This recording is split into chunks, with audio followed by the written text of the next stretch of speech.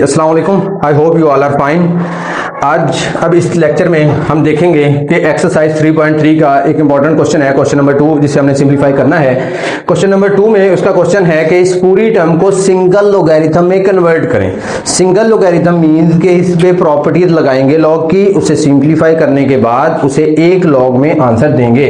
अब कुछ प्रॉपर्टीज हैं वो मैं यहाँ पे राइट कर देता हूँ। लॉग एम एन कि अगर दो चीजें मल्टीप्लाई हो रही हो तो log M plus log N ये सॉल्यूशन बनेगा।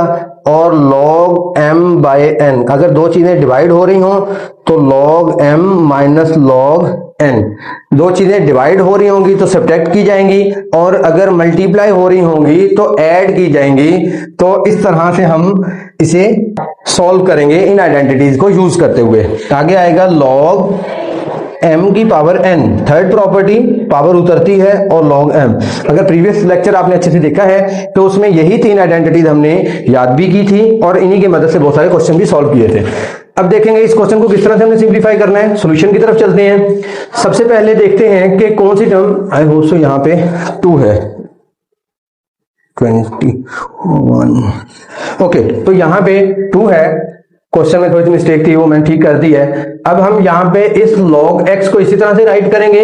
ये माइनस भी ऐसे ही रहेगा, ये 2 x की पावर में चला जाएगा तो बनेगा log x2 प्लस ये 3 इसकी पावर में आ जाएगा log x प्लस 1 की पावर 3, और ये log x स्क्वायर माइनस यहाँ पे 1 का भी स्क्वायर लिख लेता हूँ। ये क्यों लिख रहा हूँ आगे जाके मैं आप लोगों को समझा दूंगा।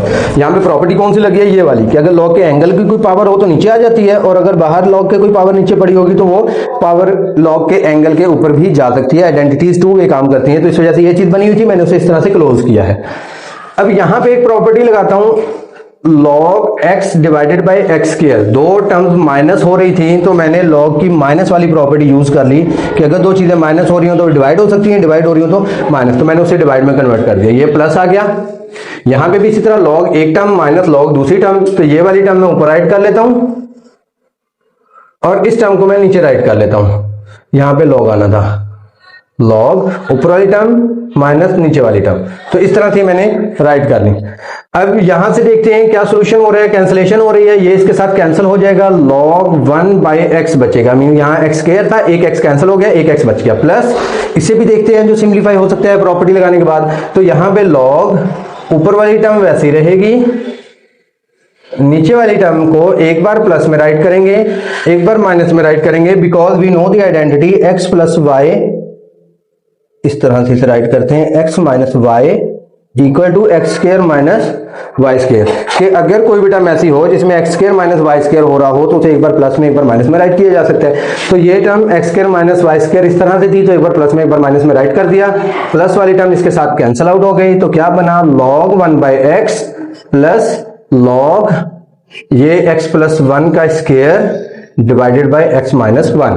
ये सिंप्लीफाई होने के बाद इस तरह से टर्म हमारे पास आ गई। अब log की एक और प्रॉपर्टी लगाते हैं कि दो चीजें अगर प्लस हो रही हो तो log से मल्टीप्लाई कर देते हैं। तो क्या बनेगा, log 1 by x and x plus 1 का square divided by x minus 1। ये आपस में मल्टीप्लाई हो रहे हैं, यहां मैं मल्टीप्लाई लगा देता हूं। जब इस तरह की टर्म मल्टीप्लाई होती है तो ऊपर वाली टर्म ऊपर वाली के साथ मल्टीप्लाई हो जाएगी और नीचे वाली टर्म नीचे वाली टर्म के साथ मल्टीप्लाई हो जाएगी, और log एज इट इज वैसे ही आ जाएगा।